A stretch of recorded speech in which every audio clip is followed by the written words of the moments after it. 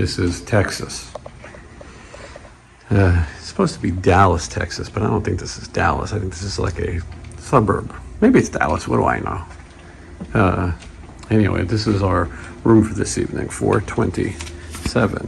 For those of you scoring at home, this is a handicap room. And I know exactly what they're trying to say about that, but it's okay. This is a Fairfield Marriott. Sorry, handicap. Okay, let's take a look. Oh, looks nice. It's roomy. I complained about this place. I said that our writer says we have supposed to be a 4-star hotel, and this is not a 4-star hotel. I said, is it very close to the venue? They said it is. And they said they put a lot of very well-known people here, and no one has ever had a complaint. So I will be the first. Anyway, here's a view of much to do about nothing. They say the only thing open is a bar across the street that also has a restaurant, and that is where we're going to go right now. So, see you soon. Just wanna waste some time with you. Sometimes it seems too good to be true. Nobody I'd rather waste time with than you.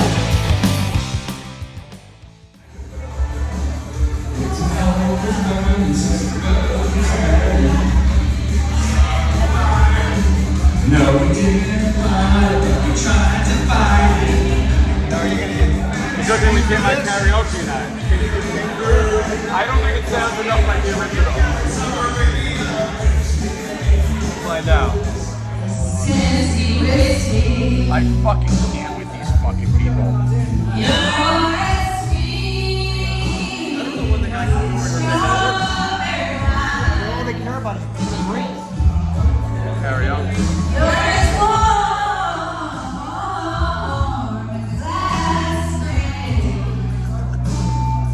Fucking loud.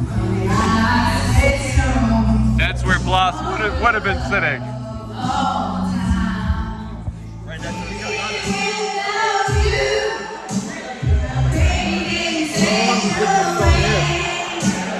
I don't know. It's more American.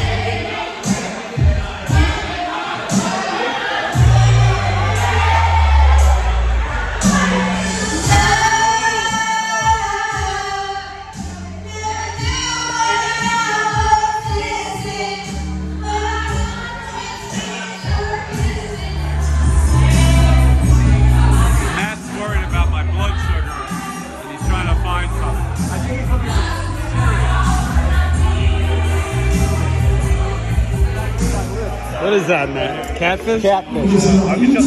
Big salad. Eric just having the Cobb salad, which looks nice. Looks healthy. Karaoke's about to come to an end. Here's mine. It doesn't look that healthy. You said you wanted balsamic, right? Yes, please. Hey, give me blue cheese, yeah. I don't, yeah. Thank you. You want this one? Sure. This is the view from the Lava Cantina right outside Dallas is what I'm told. No need to comment if I'm wrong. Guess I don't care. Oh, look at those wild birds. That's the aquatic sea life section. Anyway, let's take a look, show you around. It's very early, getting the stage ready. And then over here, you can see the pizza concession.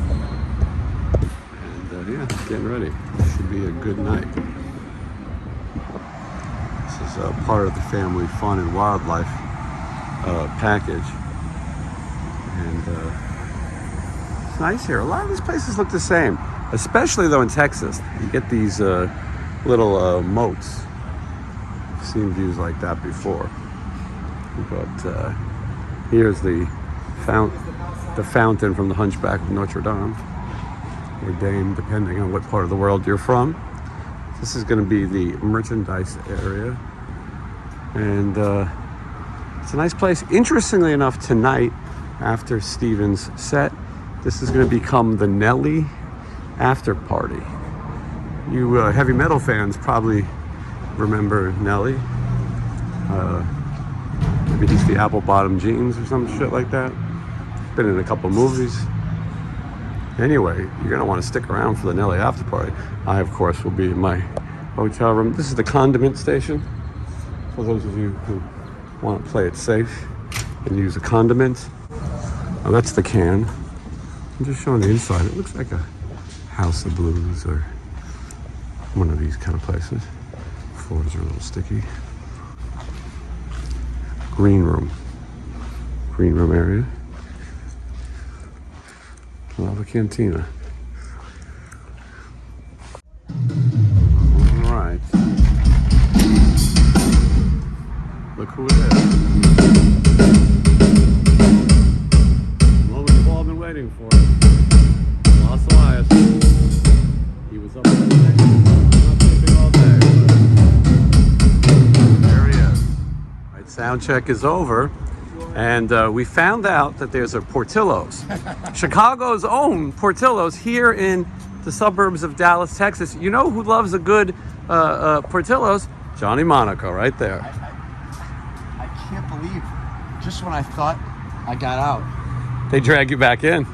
And we have to do it. I mean, the fact that there just happens to be one open here, and everyone followed you enjoying Portillo's in the last episodes. So we're gonna go have some authentic. It's beautiful. We're gonna have some authentic Chicago food in Texas, and yeah, it's gonna be good. And it's walking distance. They say just 5 lovely minutes this way. You guys haven't tried Portillo's yet. They say they might be opening one in Vegas. It's starting to branch out, but this was a Chicago chain, hot dog, beef, burgers, salads. And as I said, you know this is Johnny's spot. Hopefully he won't complain. But that's not usually his strong point. Johnny returns to Mecca.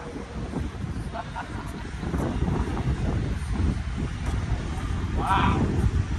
Oh, thank God they have the lemon cake, Johnny. Get you pumped up for the show. The lemon cake. What do you think the filming policy is here? Yeah, wow. I've never seen one like this. Yeah. My voice. Texas. Even Chicago picked hot dogs for it. Yeah. They got strawberry malts too, Johnny. Wow. This is a Chicago hot dog station. Look at all the cool stuff you put into the Chicago hot dog. You got your relish, your onions, your tomato, your pickle, sport pepper. They add a little mustard, celery salt. Yeah, this is kind of fun. See, Johnny's having the inordinately large beef.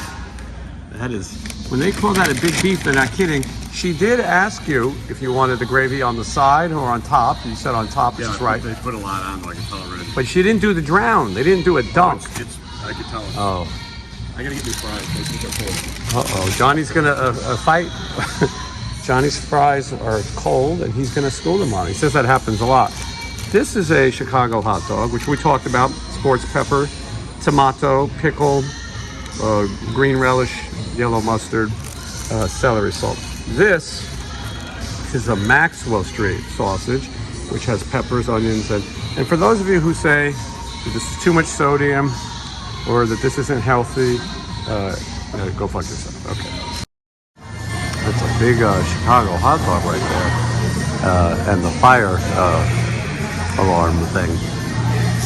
Well, I can't think of the name of that. What do you call those things? A sprinkler. A big wiener and a sprinkler.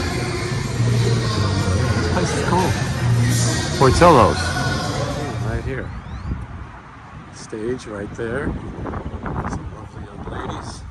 Can you tell these two guys what Portillo's is? I can tell they've been looking. They know where it's at. They know a shortcut. We're in the Colony. That's the name of this part of town. Yes, well, that's true. When Nelly comes in after Stephen Piercy, there might be a civil war. Where are you going? All right. It's almost showtime, and look at all these people. That's a good crowd of people. I'm just carrying towels. These people are Cherry. And some of them watch my show. I've heard them. I've heard my name.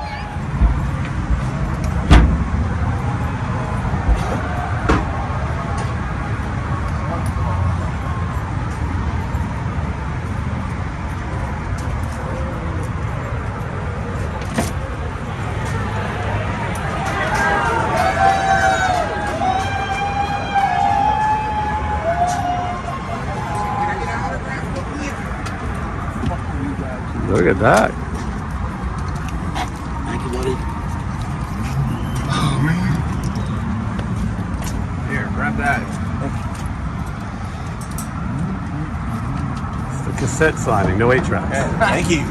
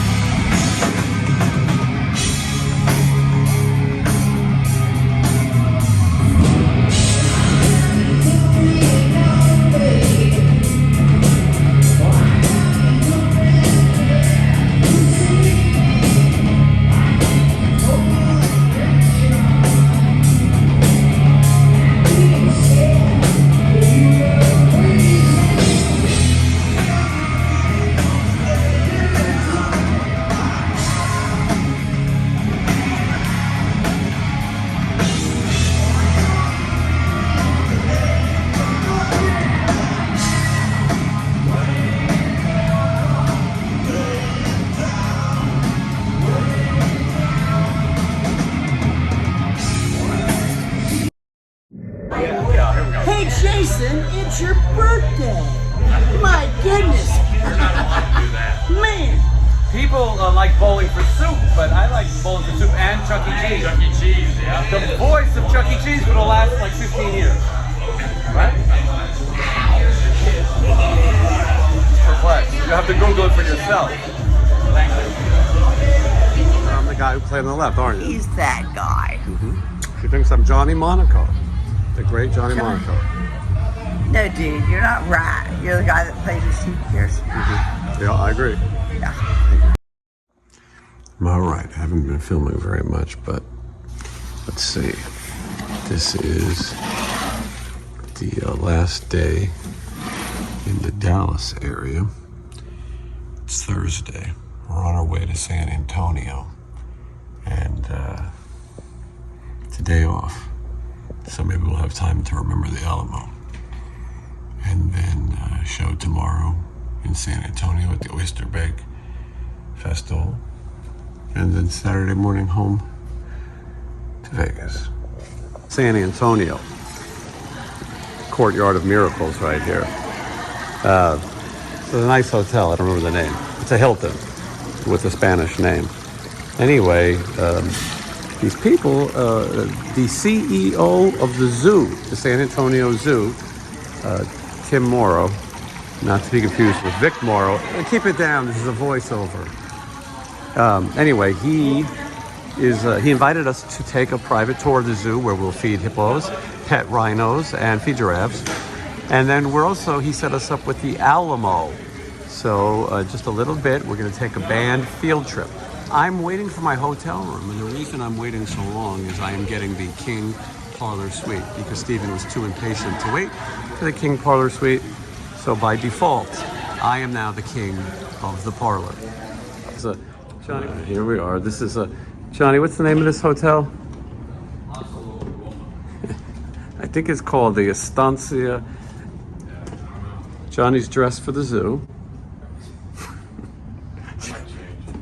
I think it looks funny, but I mean, Here it is. if it's comfortable. Is this really it? I don't know. Yeah, 587. All right, let's see what we got.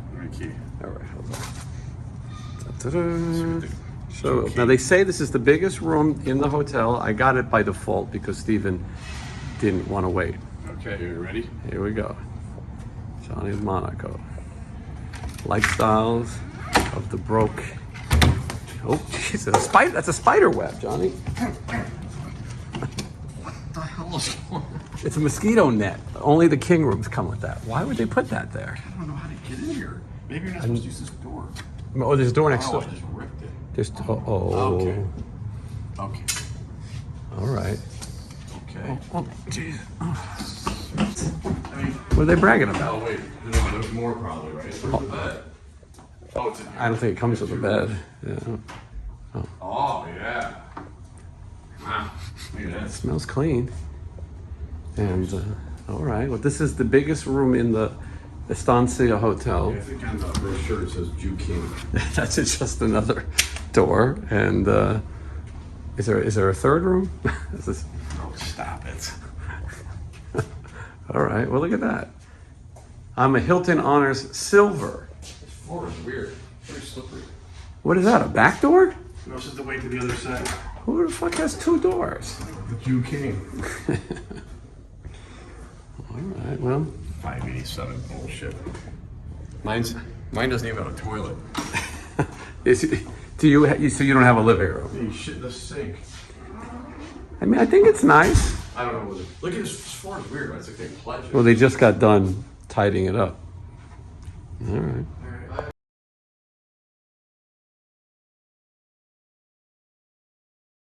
Matt Thorne in his natural habitat. He is reclining by the Court of Miracles. We took an Uber to the Alamo. And Johnny's here, and Matt is here, and Eric is here. A rare appearance by Eric out on the town. New, kinder, gentler Eric. And Blas is here. And we're going to go see the Alamo. Everyone went to the bathroom before you got here, right? I wish. Maybe like All right, he let's knew where see. the Alamo was. Like Some like people from when you don't hold it, and they just back it up. So Okay, that's historical. Oh, I think it's over there. You've been here now, Matt, right? yeah. All right.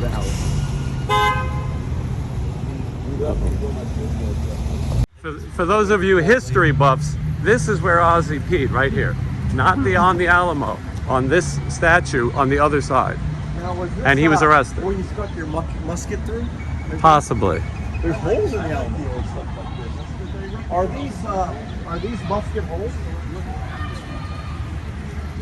How long is To my knowledge, this is the spot where Ozzy Osbourne peed.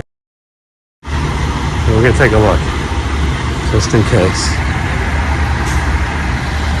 I think this was it.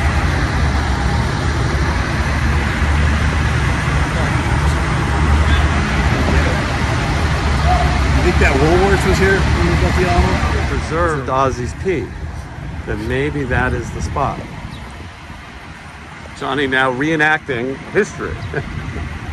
And oh, it's Johnny's guys behind David Crockett?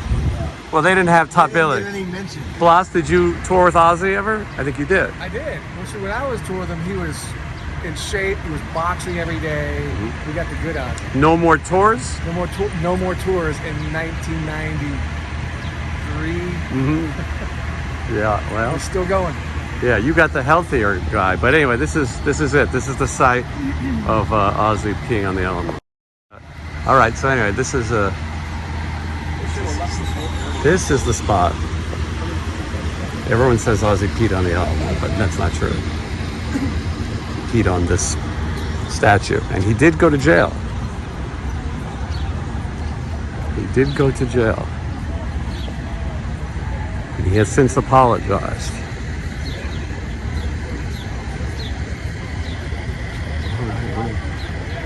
There it is. For decades and decades, we would ride past the Alamo. Now we're going to make it a green space with a pavilion for concerts, if you'd like to come back. Wow. History talks. So that's what's going on here, and Colby's going to show you some of the history and some behind the scenes things that most people don't get to see. The Alamo, right? Colby's the historian here at the Alamo, right? And so the question one, a rock and roll question. Is it true that is where Ozzy Osbourne peed? That is true. Some people think it's the Alamo itself, and that's not accurate. Ozzy has to relieve himself. The driver apparently stops there. He gets out. He urinates on the monument there, and it didn't bring a lot of happiness to him. People were pretty upset about that. And then many years later, if I remember the story correctly, he's coming back for Ozfest. He's not allowed to come back. There's a lot of tension there. So he calls the Alamo and says, "How do I make it right?" And he donated a large amount of money to the Alamo.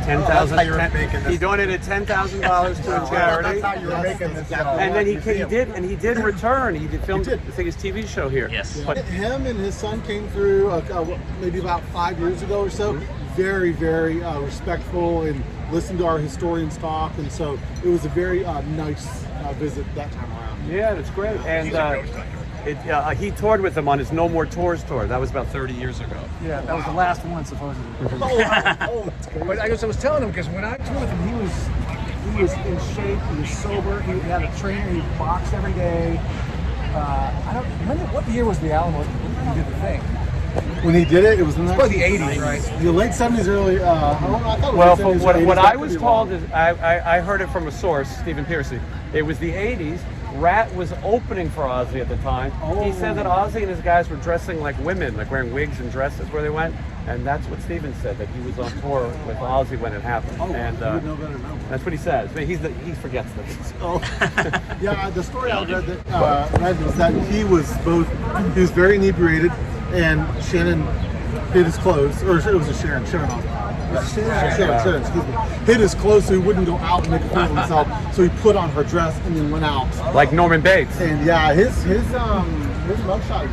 That sounds like something she'd do. Yeah, but so it's Anyway, that we wanted to get some rock history. But we buried the hatchet with him, and like I said, he's come back a couple times, and he's been very respectful. It sounds like it was more of just a dumb drunk thing, not an intentional disrespectful And you thing. gotta remember too that he's not from the United States. He's definitely not from Texas, right? So he probably didn't even know where he was at, and two, what he was doing. So. All right, next Water under the question, bridge. and then we'll start. Is that will we be able to see the basement? You know, there are two basements on our property. Both of them are closed to the public, unfortunately. But there is a basement. There is a basement. There's two of them. Ross is the only one who knows what I'm talking about. Dungeon type It's just not. Questions? Yeah, Buenos. Yes. Where's the basement? Excuse me? Aren't we going to see the basement? There's no basement at the Alamo.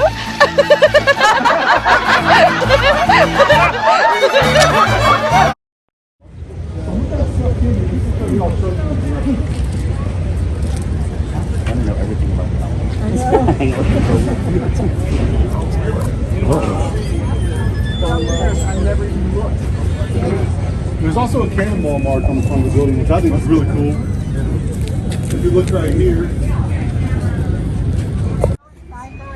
Oh, did you want to just buzz through the inside? If we could do it, yeah. Is this where? Now, this is where Davy Crockett allegedly died, right there. Right in that area, there's a primary source, a woman who's in here with her young child.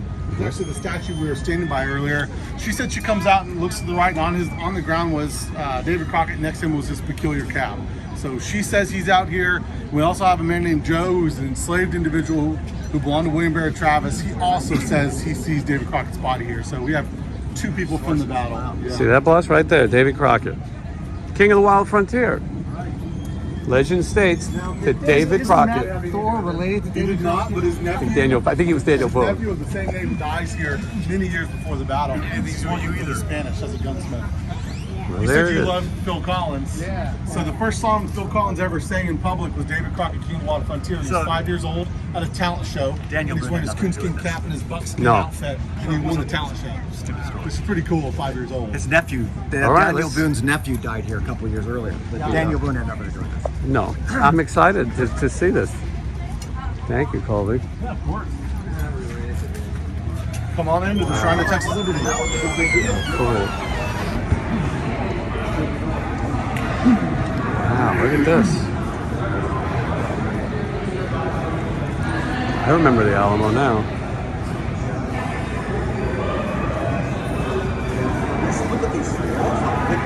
Yeah.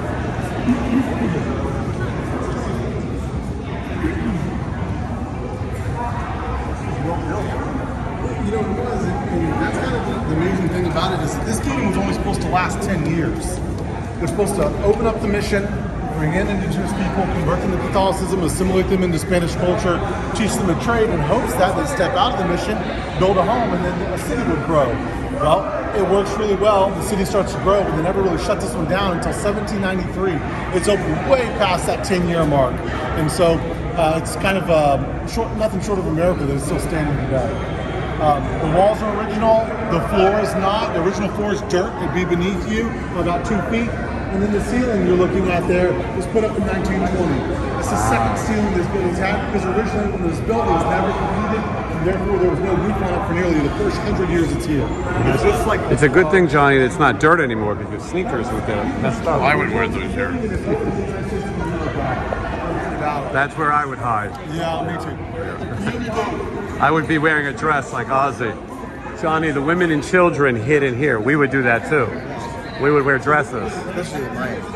You might be out there on the front lines. I do a couple kung fu moves, and then I'd retreat. Retreat. Come on out. Thank you. Wow, how cool is this? Private tour of the Alamo. I'm going out.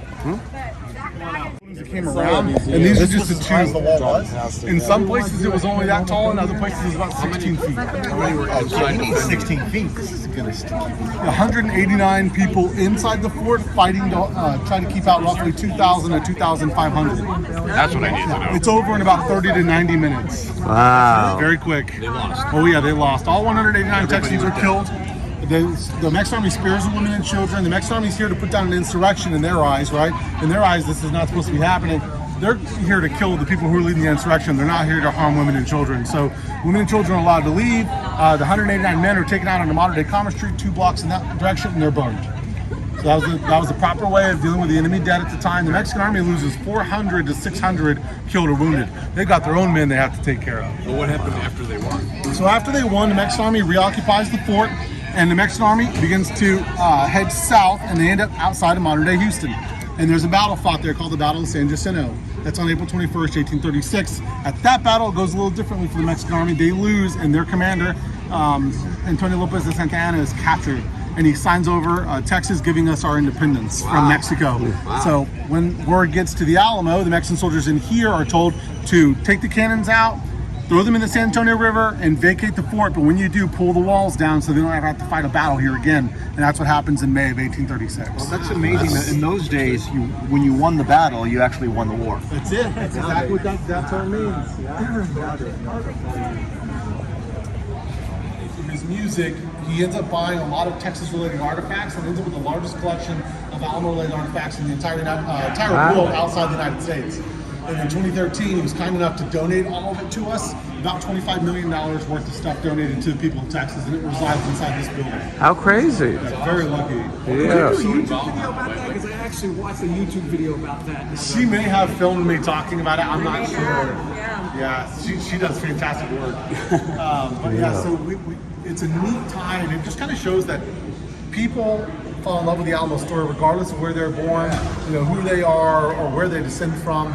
The Alamo story is a human story, right? And so people have, they fall in love with it, and then they become pretty good students of the history, like toss the bow. Matt doesn't know who H.R. Puffin stuff is, or the rules of the Gremlins, but he is a big aficionado of history, and he has lots of questions about these weapons. He's interested. You can see how fascinated he is. I don't think that they're going to ask anything about H.R. Puffin stuff or pop culture. This was donated by Phil Collins to the Alamo. It was one of many firearms that David Crockett would have owned during his Original lifetime. David Crockett weapon. That's why there are 2 triggers on this one. So you would Lots of actually pull questions. this to full cock, right? You'd hear 3 audible clicks, and then you would pull the back trigger, you hear another click, and then when you touch the front one, it'd go off. Okay, so it's like Hair trigger. That's what it's called. Yep. So that's why it's got 2 triggers. They still have those today. They do. Yep. My rifle has it on there. You found here. Like, what's the last item that was found, and when was it? We're still finding stuff. We have ongoing archaeological work right now, and they found tens of thousands of artifacts. Some of it's small pottery shards, some of it's money. They found bullets, so we're still finding stuff. Really? Absolutely. Yeah. And that also means I was giving a tour to Phil Collin from Def Leppard, and he loved the story. He wanted to come and visit, so he came down with his wife, and we were walking through, and he was just soaking it up. He loved it. And we're staring, he said, wait a second, Phil Collins? Like the musician Phil Collins? And I said, yes. I explained the old story I told you all. And he said, that's wild. And someone behind me heard it. And they kind of pushed between us and said, that's Phil Collins, like Genesis Phil Collins? And they're like, yeah. And Phil Collins from Def Leppard's kind of standing there. And the guy's like, that's crazy that rock stars like this history too. And the guys all are talking to each other. They walk away. And I look at Phil Collins, we just bust out laughing. And later on in the tour, we're walking around, those guys come running. We didn't know you were Phil Collins from Def Leppard, and so they got pictures. But yeah, I was telling them before y'all showed up that it seems like rock stars love the history and they appreciate it. From the Rolling Stones who came in the 1970s. We've got Billy Gibbons was here about 6-7 months ago, just standing in the lobby staring at that wall of the guns. Yeah, we had him. What, maybe 3 or 4 months ago? Phil Collin played in a band called Girl with Phil Lewis of LA Guns, who was at the Alamo, to the best of my knowledge. He looks good for his age. That's pretty awesome. Yeah, so I think Putting in anything like nails. She says we could put one of these in a cannon right now and it would work. Matt, maybe you can handle this tour. Well, the problem is that you have to have a cannon, Right. and I don't have one. No, well, we could probably rent one from Phil Collins. Pretty easy to make, right? You just get a tube and We should gunpowder. start giving tours of like not factual information. People who watch my channel love what I say. Yeah. Cannon. This one belonged Then I'm to related to it because Daniel Ben told me. this belonged to Paul Hogan, Crocodile Dundee.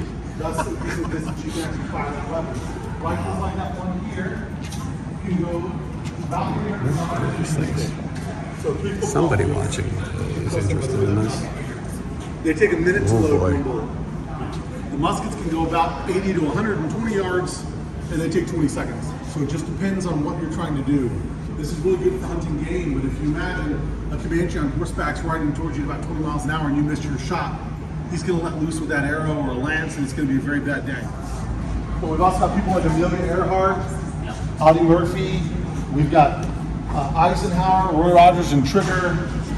Just kind of people from all over different walks of life. You've got John F. Kennedy, you got Lyndon Johnson, Nixon. You got the Queen of England, the King of England, and so the list goes on and on. Now we have y'all's picture, and we're going to do this again in the big museum, so I can guarantee you that your picture is going to end up on that wall, which is fun. We got Billy Gibbons here, and he visited. I'm surprised it took them this long to get here. God, Billy's been a bunch of times.